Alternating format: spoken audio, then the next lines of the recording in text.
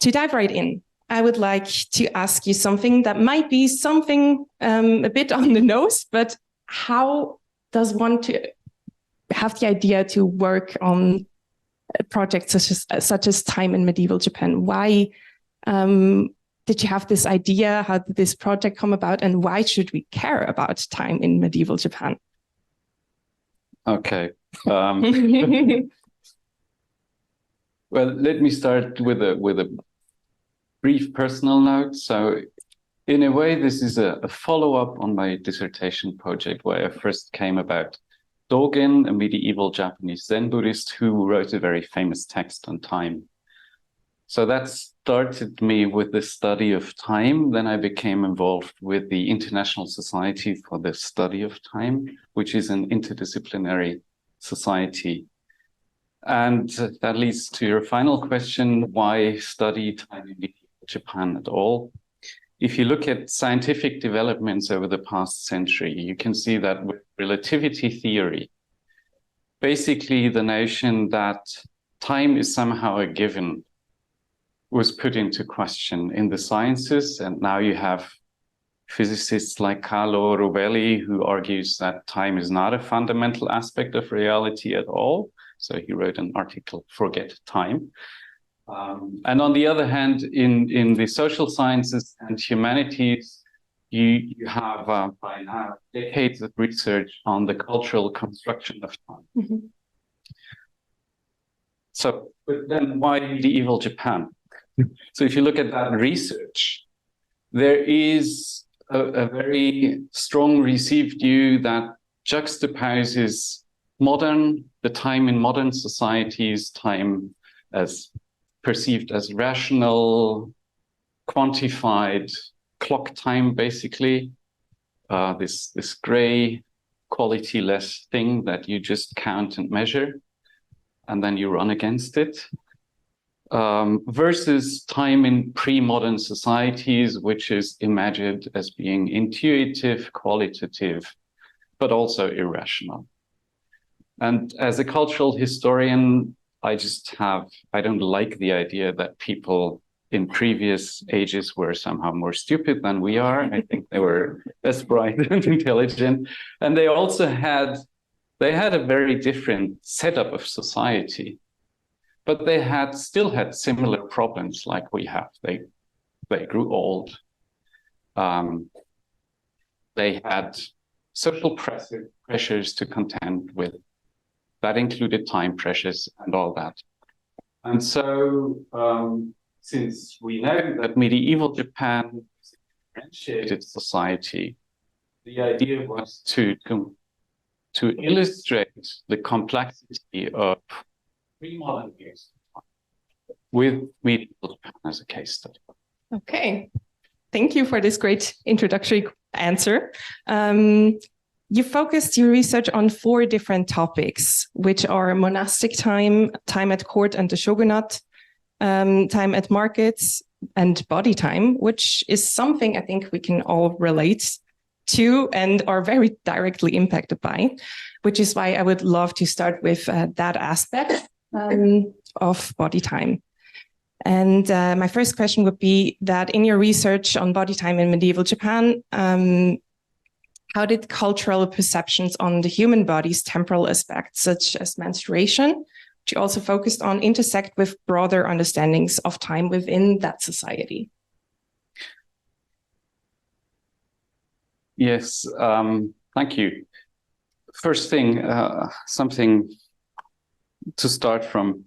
We very consciously selected the topic of menstruation because it's clearly a time-related thing. It's an important aspect of human chronobiology. And it's also culturally very laden until today, right? So the fact that only very recently, for example, if you look at products that are designed to support women who are menstruating, only very recently have we seen the use of red color in conjunction with that, with these projects. It always used to be blue. So And you see, that's something that is related to a kind of taboo about the blood that is discharged during that period.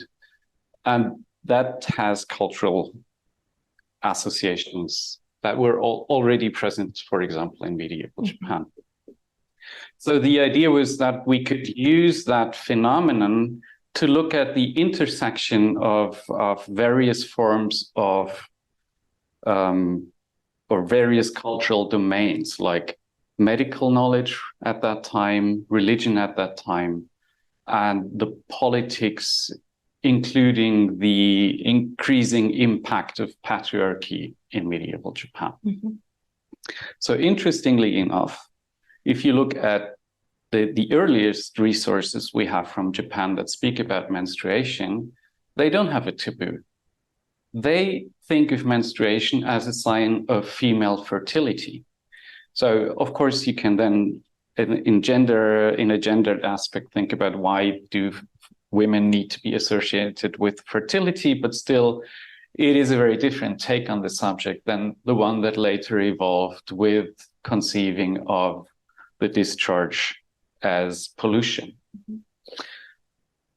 But also, as I said, medical knowledge was involved. There is a theory that associated the female life cycle with the number 7.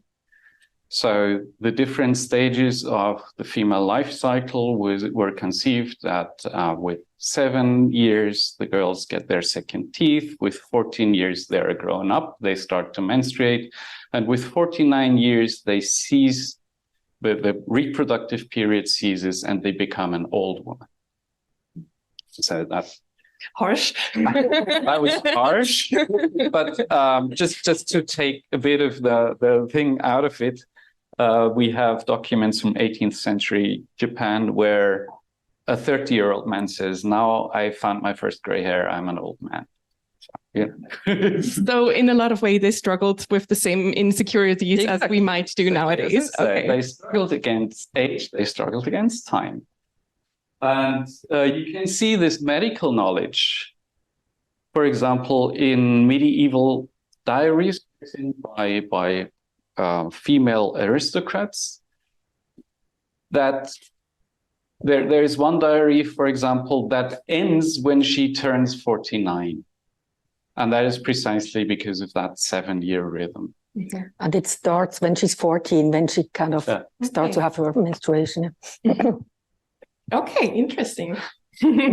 I also read that you looked at the intersections between religion or cosmic reflections at the time and body time. So could you please elaborate on the recurrent rhythms of the female cycle and how they were seen as those reflections of cosmological patterns in medieval Japan?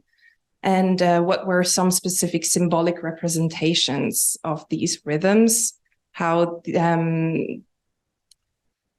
were they influenced? Maybe also how did they influence the way women's bodies were perceived? Maybe also at the time. I mean, you answered some of it, but also like the patterns, the cosmological patterns would be interesting. So at the background of this 7-year cycle is the theory of yin and yang, which and the 5 elements, which informed the knowledge of the calendar and calculation of the calendar. And that's, of course, a cosmological theory. And it is spelled out then in medical treatises in terms of which elements gain prevalence at what time and so forth. That would become a very technical topic. Okay, I see. We're explaining that. But there's also, since you were addressing religion, not so much with menstruation, but with pregnancy.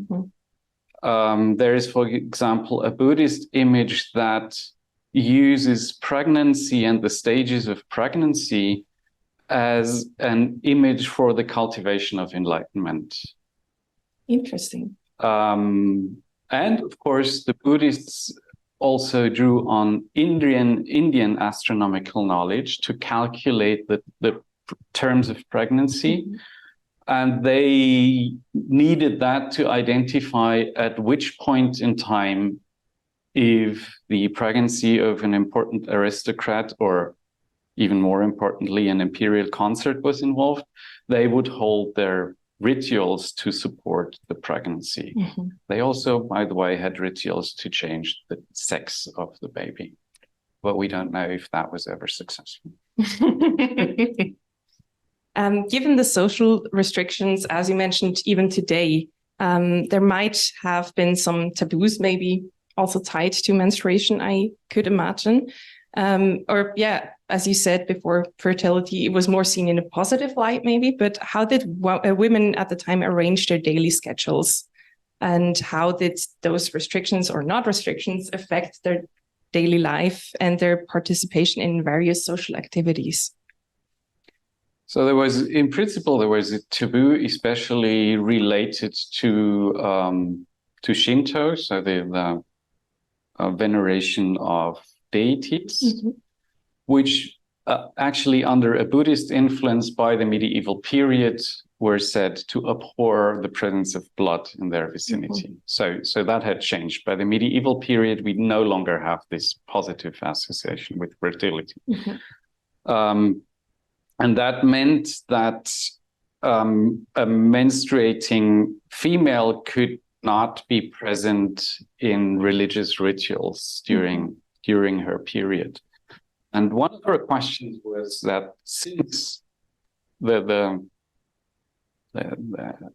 cycle was known, would they factor that in planning? For example, when they were planning a pilgrimage, would they plan ahead of time to say, oh, around that time I will get my period, so and Simone, I think, can say more to that. That actually works. Yeah, but in my sources, I also observed that it's not only in ritual or in religious rituals that menstruation, women who had their menstruation were not allowed to participate, but even like at the imperial meals, at the everyday imperial meals. So if a woman had her menstruation, she was not allowed to serve the meal to the emperor. So she was just exchanged with another court lady. So what she did during that time, I guess nothing. So it's not. It just she had maybe more freedom. But she was. It was just. It would pollute, would harm the well-being of the emperor if she would serve that. And do you see any residue or parallels to modern society about those restrictions or the way Japanese society acts around menstruation? Or I think Daniela Tam, who conducted this research project, could say more about that. I'm not really sure. I think there are some parallels to modern societies as well. Well, in the ritual sphere, especially where Shinto are concerned, these taboos are still operative. Okay, interesting. Okay, thank you. At least for religious professionals, but I think also just a private person visiting a shrine, you're discouraged from doing so during menstruation. So next time you're in Japan, you know what's up. Kind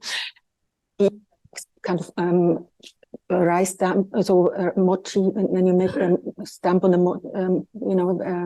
some in agriculture, I think also they kind of take care that we are not involved to have their menstruation, I think. Okay. So maybe to move on to the next topic of monastic time, which is again your sphere. I hope to hear more of you later on. I'm from next.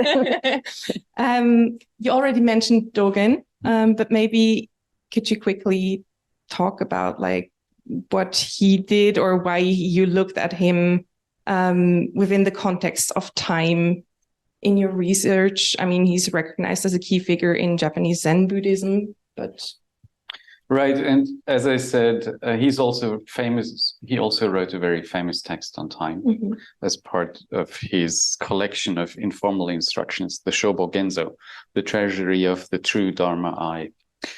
And this text has received a lot of attention since the 20th century because it has a title that you could translate as being time. And that was associated with Martin Heidegger's famous book on being and time. And so there is a philosophical discourse that completely takes the text out of its monastic context and discusses it on a very abstract level. And I was more interested in learning what differences. I'm generally more interested in learning what differences concepts make on the ground. What differences do they make in daily life? How do they relate to daily life? So what we did in that research area was we looked a lot at monastic schedules, on regulations, how people in the monastery should lead their daily life, and how that would connect to the theory that he hints at in that text. And whether that would change the interpretation. And the interesting thing is that, there is a general image of Zen Buddhism and Zen Enlightenment related to books written by the famous Daisetsu Suzuki, where you conceive of Zen Enlightenment as something that is somehow beyond any conceptual thinking, and therefore also beyond distinctions. And the related idea to time is that somehow there is a timeless realm that you can directly access in enlightenment. And I was always skeptical about that, especially as an interpretation of Dogen, because I think he had a different idea about enlightenment and emptiness as something that is closely related actually to distinctions and how they operate. And so by looking at monastic schedules, at the daily annual rhythms, we could see how he used the calculation of time, the identification of certain points in time, and so on, as a way to guide religious practice and to incite his congregation to reflect on the specifics of the time in question, of the time at this right very moment, as a way to achieve Buddhist enlightenment. That's actually a great lay over to my next question about monastic time being very regulated, or often regulated. Could you maybe share some specific examples of the rules and schedules that Dogen and his successors established in their monasteries to manage time and rituals effectively? Yes, so there's a general pattern that is shared between Buddhist schools in medieval Japan. They have this, there is the notion of the 6 times of the day, and 4 of these times of the day are used for specific religious practices. And in Dogen's case, they are all used for seated meditation because that's his prime religious practice.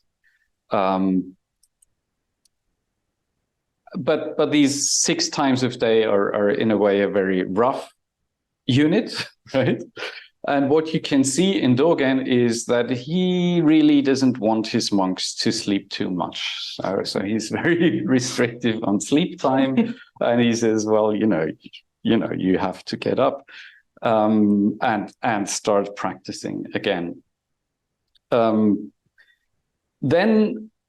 But within that framework, within that layout of the day, another thing that I found really important is that, yes, you use measured time to identify the specific time when practice begins and ends. So the abbot can say, okay, now this meditation session will take a little bit longer, but then he has to communicate with somebody who is in charge of time signals, and that person will then measure the time and at the end give the signal that the session is now finished.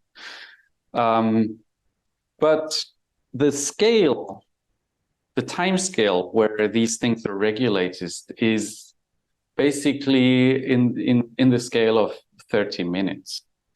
And the units are usually at least 2 hours in length. So for 2 hours, you don't get interrupted with what you do, whether you meditate or you have other things that you need to do. And I think that's a very good way to regulate time, to give people enough time to get into the action they're performing and to focus on them. And I think that's very relevant to today when you're constantly dealing with interruptions, and we know how ineffective and also ineffective it is, and what kind of stress it produces and how it makes people unhappy. No, I was actually just thinking about that because at Asia Society, I think they also practice focus time or time blockers, which I always thought super helpful. So yeah, it's funny to see how we kind of circle back to these practices that already existed millennia ago. So maybe as a last question on monastic time, monasteries were not isolated from the broader medieval Japanese society. How did those monastic communities function within the social context of the time, and how did their understanding of time influence their roles in society?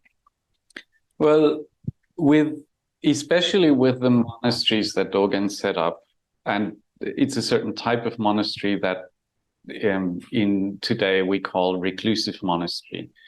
You create a separate sphere where you're not part of secular society. And it's interesting that you have this separation of the secular and the religious already in medieval Japan. But on the other hand, you depend on support, in Dogen's case, on support from local communities and from the warrior and court aristocracy. And to symbolize that what you do in that separate world of the monastery is also good for the secular realm, you have a certain coordination. So, for example, around New Year's, which is the main annual period of ritual events at court as well, you have a huge amount of ritual events in the monastery as well. And part of that is praying for the health of the emperor. And you have a number of these special occasions of festivities where the monastery then coordinates again with secular society to create a sense of community where supporters are also invited to the monasteries to share in the rituals and so forth. Maybe another example, which I find also quite interesting, because it's not really sure if in medieval Japan the water clock was still used. They had a water clock which was introduced in the 7th century from China, and it was used at the divination office, Onmyodo. But it seems that it burned down in the 12th century, and they are not in the sources. There are not really evidence that this water clock still existed at the court, maybe at some temples. And in my sources, often they kind of hear the announcement of the time from the temples. The temples announce these 6 time units when the rich or like the meditation start, and then the court ladies or court officials said, "Oh, now it's the bell of this time unit of late time of late night, for example, sounds," and then he goes to sleep or whatever. Yeah. So there is some interaction also in kind of a time announcement between the court and the temples. Interesting. Maybe also leading directly to the next research sphere of time at court and the shogunate, which is your field of research, as I understand it, Simone. And you mentioned in your research that the court was a primary sphere of vernacular literature in the Heian period, which is medieval age in Japan. How did this literary production influence the perception and representation of time at the court during that era? Well, basically, I don't really think that the vernacular literature influenced the perception of time per se, but the way time was chronographically inscribed into text. And of course, we don't only have vernacular literature at the court, but also Sinitic text. So we have the more or less Chinese texts, which were more for official purposes. So they were more like manuals or text on court etiquette or procedures, and then we have the more vernacular texts which have had more kind of artistic ambitions, and this clearly shows in the way how time is inscribed actually in Curie's text. Like more official text, you use a lot of numeric chronometry, for example. You say the first month or the second month and things like that. But in vernacular diaries, you use more like nominal chronometry. For example, the Usutsuki, the month of the rabbit, which would be the fourth month, and the Kannatsuki, the month without gods. That's the month where the gods are actually all in the Izumo shrine. Mm-hmm. These are more like nominal terms. And in vernacular text, these are much more, because these texts had more the ambition to be perceived as a piece of art, I would say. Mm-hmm. And the court documents, they were really more, function was more to be like a manual for future generations. They were also passed down in the families and so forth. So it's quite clear distinction. But I also, and that's quite interesting, I also observed that some vernacular texts written by court ladies who had the function to hand down court etiquette, they then showed actually the same chronometric features as male documents written in Chinese. So in the end, and that kind of surprised me also in my findings, it's more the function of the text which decides how time is inscribed into a text. Okay. And if I just one sentence to add on that, what that shows is that people in medieval Japan, much like people today, negotiate different ways of engagement with time, mm-hmm. Depending on the action at hand, on the purpose of what they were doing. So it's not one time consciousness, but much like, I mean, when we go to the cinema, we love to think about time travel, but in our business, we don't think about time travel. Not yet. Not. And preferably better not. Yeah. But I think that's important to me, because it shows that they had a differentiated different ways to engage with time, mm-hmm. and they were competent in moving between them. Mm-hmm. Mm-hmm. Okay. So with the transition to the medieval period, there was also the rise of the warrior class that happened. And how did this change of power structures influence the symbolic representation of times at court? Mm-hmm. Yeah, I think there's a quite clear expression of that, because court kind of fell from power. So political power of the court declined. And this also kind of evoked, first of all, a nostalgia for the courtly past. Nostalgia would say nostalgia for the Heian period, for the former Heian period, but also kind of sense of ephemerality. So everything is transient. Everything was better. Now everything is transient, but also at the same time there was a kind of a how we say, Entdeckung, a discovery of the beauty of the moment in a world that is characterized by transiency. And this you can notably see in poetry, which is very much focused on very beautiful pictures in the moment, but the background is always this feeling of ephemerality. That's the one thing, but what is also very interesting that since the court kind of fell from power, they also wanted to be seen as a kind of a preserver of culture.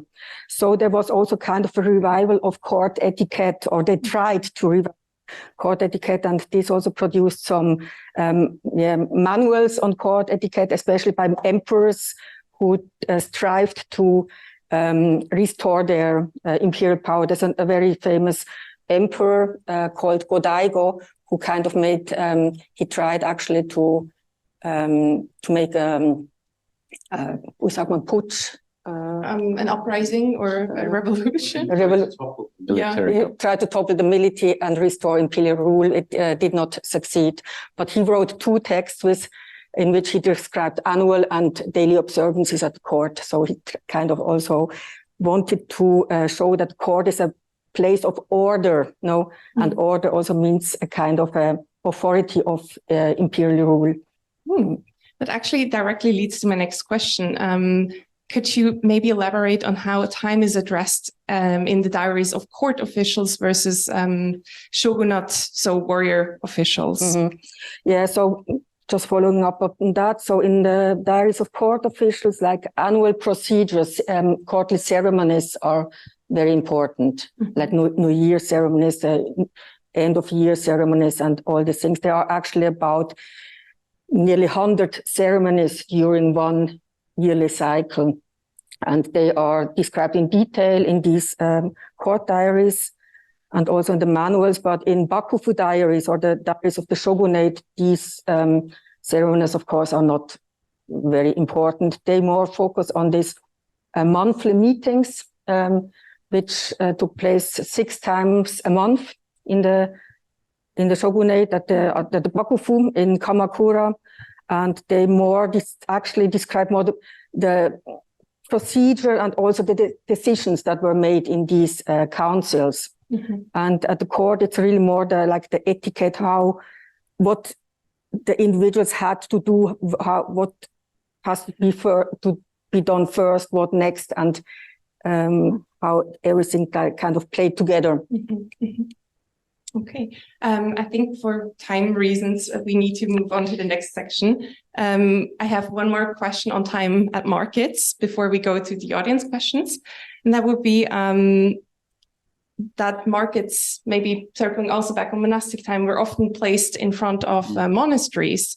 And obviously those time rhythms were not quite the same. And I imagine there might have been conflict. So what happens when different concepts of time clash with each other or entwine? Actually, this is not so much a case of conflict. So for the monasteries, protecting these markets and the guilds that were also involved in the organization of these markets were a major source of income. But there is an interesting question related to the timing of the markets, because medieval Japan didn't have the concept of a week. And so you have a problem when you want things to happen more than once per month, and you don't have a week. How do you schedule these things? And the way it's done within the monastery and with the markets is that you choose certain numbers. So you say on every day with 4, we will have a meeting. Then you have 3 meetings per month. Or you say, if you need more like a week-long rhythm, we will do this on the days with the 4, 8. And then you have basically 6 to 8 meetings per month. And so there's various techniques to use these numbers, and the monasteries use them for certain kinds of iterated occasions. So, for example, monks need to shave their hair, and that is done on the days with an 8 in certain monasteries. Okay. And markets were often held on days with a 4, so you have lots of place names in Japan that are called yokkaichi. That's market on a day with a 4. I see. Okay, interesting. Thank you very much. I think we have a small problem with my Zoom tablet, so I'll start with the audience questions first. If you have any questions, please raise your hand. Also, please ask questions and not statements. And I see we have one already. Thank you so much. This has been hugely interesting. You've described a lot, I think, how the perception of time and how people thought about time and dealt with time was different in medieval Japan versus modern times. Can you say anything how time perception in medieval Japan differed from other geographies around the same time? So was how we dealt with time in medieval Europe or in medieval China different from? Is there something Japan specific to the things that you've described? Well, I mean, one big difference with Europe is that Japan, like China, used a lunisolar calendar. And so the good thing about the lunisolar calendar is that the month is coordinated with the moon cycle. So, for example, you always know when full moon is because it's on the 15th day of the month. And when Japan introduced the Western calendar in the late 19th century, there was a lot of complaints about its irrationality because farmers, for whom the moon cycles were really important, they said, how are we going to organize our activities? So that's a big difference. The absence of the week is also a big difference. There is no Sunday, no determined day of rest that recurs 4 times per month. There's a lot of rituals, but they're not organized along the week. And maybe also other like a time reckoning system, like they had the sexagenary system, like that with these 5 elements and 12 stems, so that you have a cycle of 60 years. 12 animals and 5 elements, maybe it's easier to understand. And then they also have the zodiacal hours, like 1 hour was 2 hours, not one hour, like in the European time reckoning system. So this is also different. And I think also like when things were scheduled, especially also in medieval Japan, they were kind of lucky and unlucky days for specific activities. And I think that maybe it was also practiced in Europe, but not at. We don't like to think about the importance of astrology in Europe in the medieval and early modern period so much anymore. But people forget that Newton was an astrologer. He was very invested in astrology and these things. We don't like to think about that when we think about the history of Western science. But that was, in a way, I mean, and actually the astrological systems were connected. So you can use, for example, you can use astrological divination manuals from Japan and from the Western tradition, and you will get fairly similar results. I tested that once. But that's not a proof of that astrology is correct. It's just the fact that these systems are strongly related with each other. Perhaps one more thing. There was a problem in medieval Japan that Europeans in the 13th century didn't really have that much.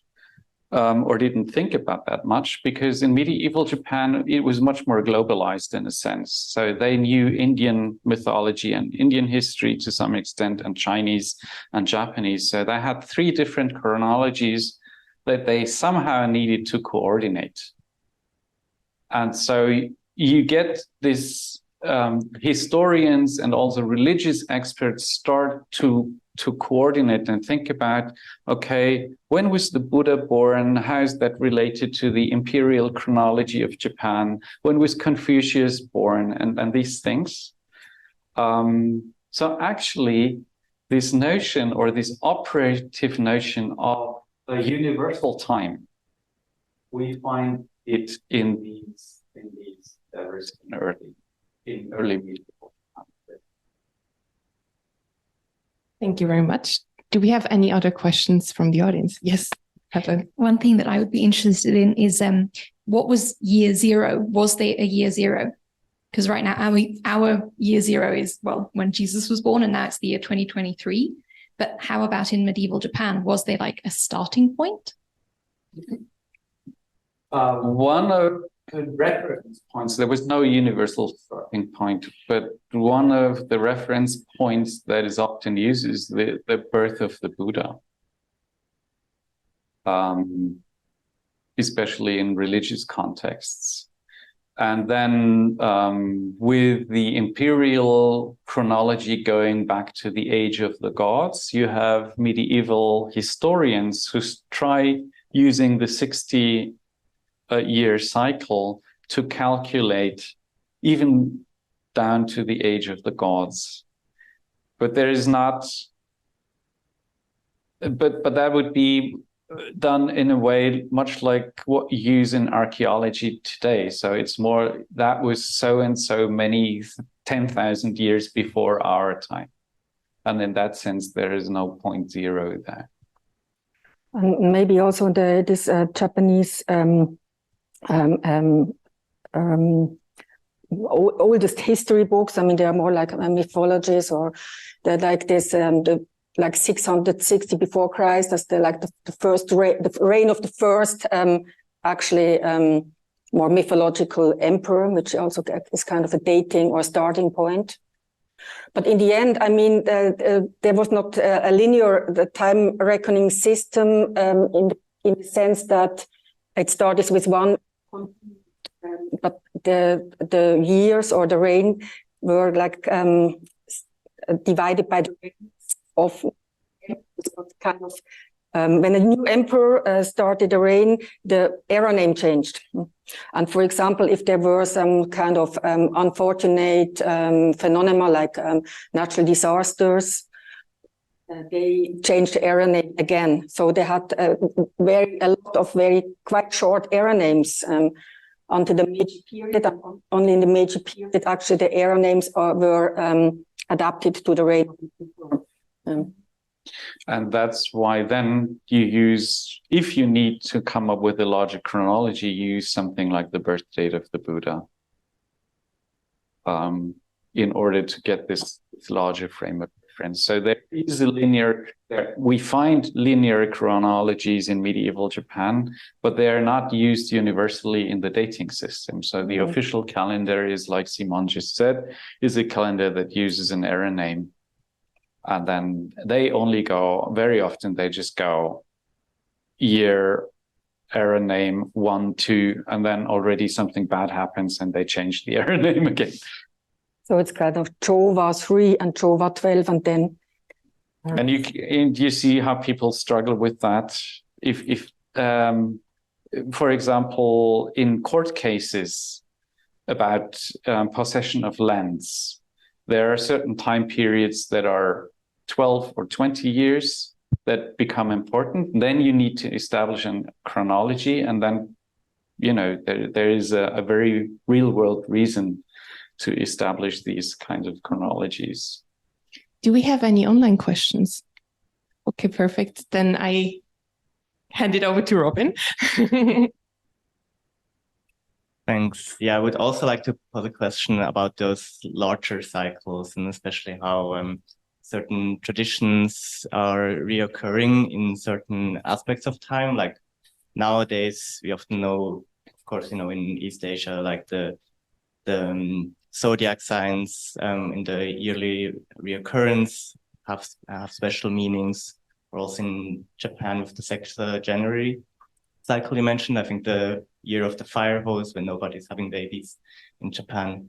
How did this play out in the medieval times? Was it practiced as it is today, or how did these traditions change over time? Yeah, I think this was also practiced. There was this divination office, the Onmyodo, and every year they made a calendar, actually.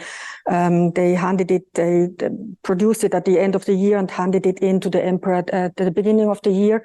And in these calendars, not only like every day, like was inscribed, but also what kind of qualitative attributes of these days. And they were also measured by this, or calculated by the sexagenary cycle, sometimes mixed with the solar, solar cycle, which had 24 half months. And this kind of, this was kind of divined. And then they said, okay, on these days, it's not good to, for example, build houses or to cut your hair or whatever. So it was quite extensively used, this kind of system. Or it's also a period of a lot of war and strife. So if you know the birth date of your opponent, you can calculate every birth date via the sexagenary cycle has two elements of the 12-year zodiacs that are not present. And they are called kubo. It's kind of the empty, the lacking dates. And if you attack your opponent on on one of his kubo dates, he cannot exercise his power fully. So that's the day to attack.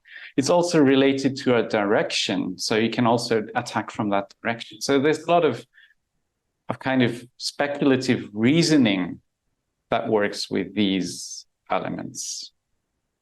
And there were also kind of some 8 heavenly deities who kind of moved around the heaven. And if like a specific deity was in the north in the period, this was an unlucky direction. So one was not supposed to go in these directions. And so you needed to know. But sometimes it was also, of course, used as excuse.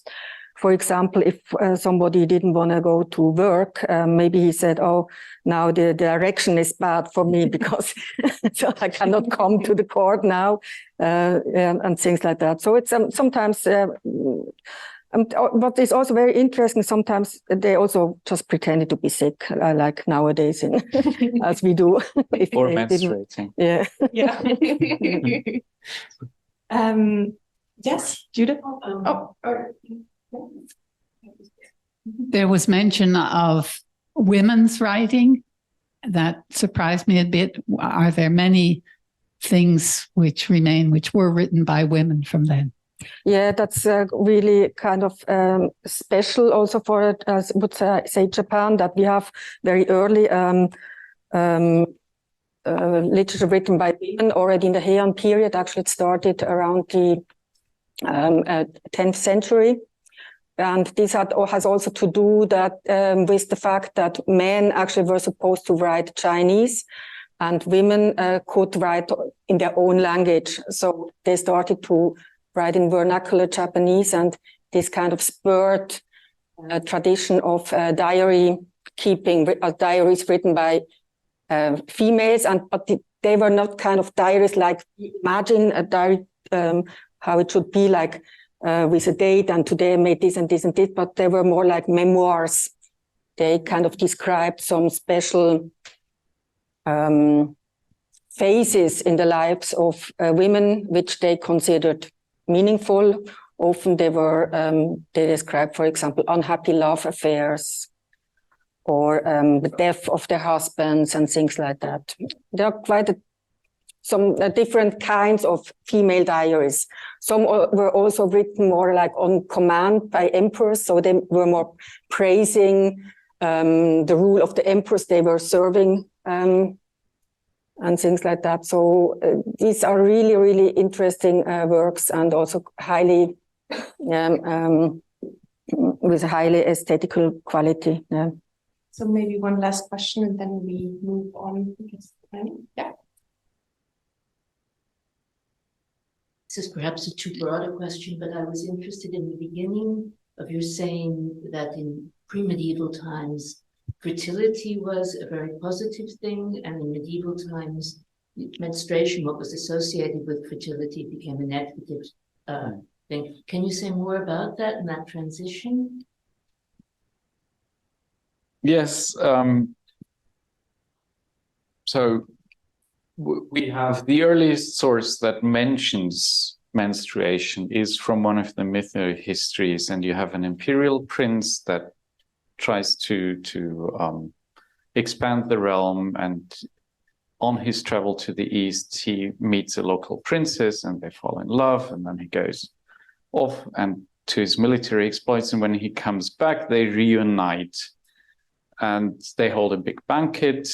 And then he notices a red spot on her dress and makes a poem saying that I'm so happy that we're reunited, but unfortunately, we can't do what we would love to do tonight because I see that you have a red spot. And she returns with a poem that says, well, that's not a problem, right? And then they go and do what they want to do. So this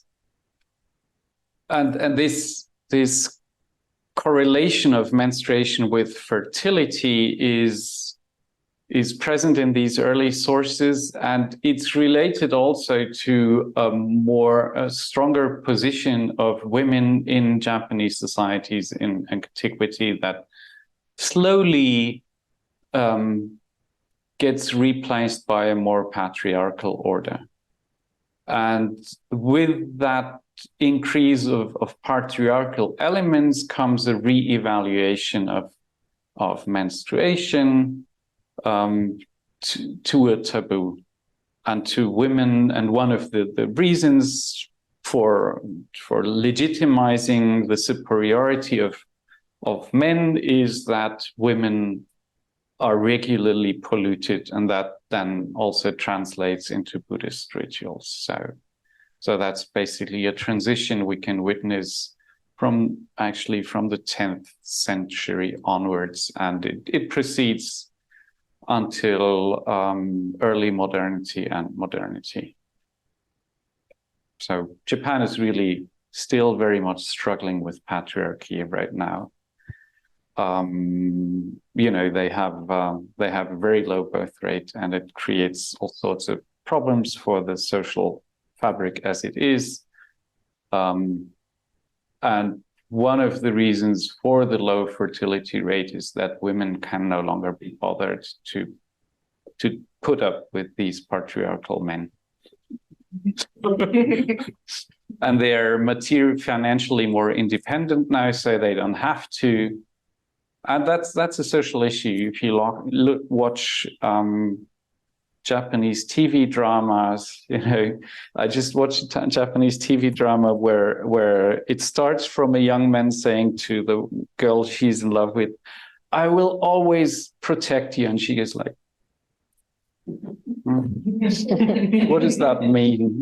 And then he has a conversation with another young female, and she says, what do you mean by protecting? I'm not being attacked by wild animals anymore. I'm financially independent. What do you want to protect me from? And that's a kind of a very condescending thing to say. So you see that is something that is discursively very present in today's Japan. Thank you. Maybe moving on, I think we would share the video that you brought with you actually and talk a bit about what comes next maybe afterwards. Yeah, actually, the part of the project is was a movie, a screenplay actually for movies.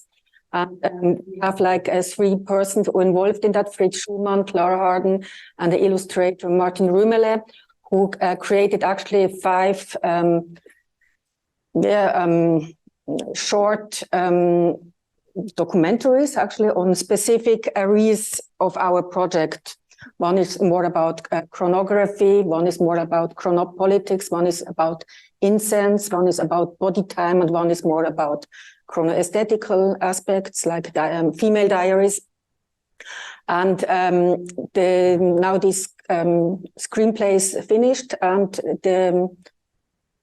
now a trailer actually has been finalized. So we have script and the production handbooks for the screenplays. Yeah. We're still looking for funding, so if you have money to spare, we're happy to receive it.